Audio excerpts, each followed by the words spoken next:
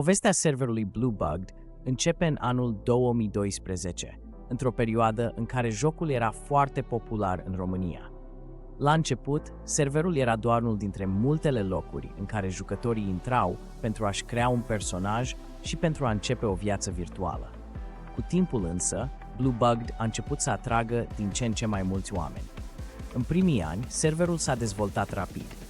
În fiecare zi apăreau jucători noi care își cumpărau primele mașini, intrau în facțiuni și își făceau prieteni. Orașele virtuale deveneau tot mai animate, iar competiția dintre jucători era din ce în ce mai mare.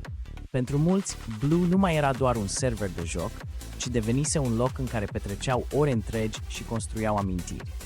A urmat perioada de glorie, când serverul era foarte cunoscut și mereu plin de activitate. Facțiunile se luptau pentru reputație, liderii organizau evenimente, iar economia jocului devenea tot mai complexă.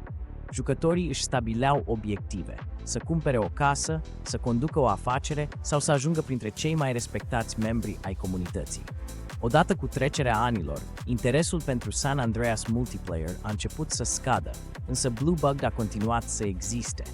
Administratorii au adăugat evenimente noi, misiuni sezoniere și sisteme moderne pentru a păstra comunitatea activă. Chiar dacă vremurile s-au schimbat, serverul și-a păstrat identitatea și o parte dintre jucătorii vechi au rămas alături de el. Astăzi, Bluebugged reprezintă mai mult decât un simplu server. El este rezultatul anilor de dezvoltare, al competiției și al amintirilor create de comunitate. De la începuturile sale modeste până în prezent, evoluția sa arată cum un proiect online poate deveni un loc important pentru mii de oameni pasionați de același joc.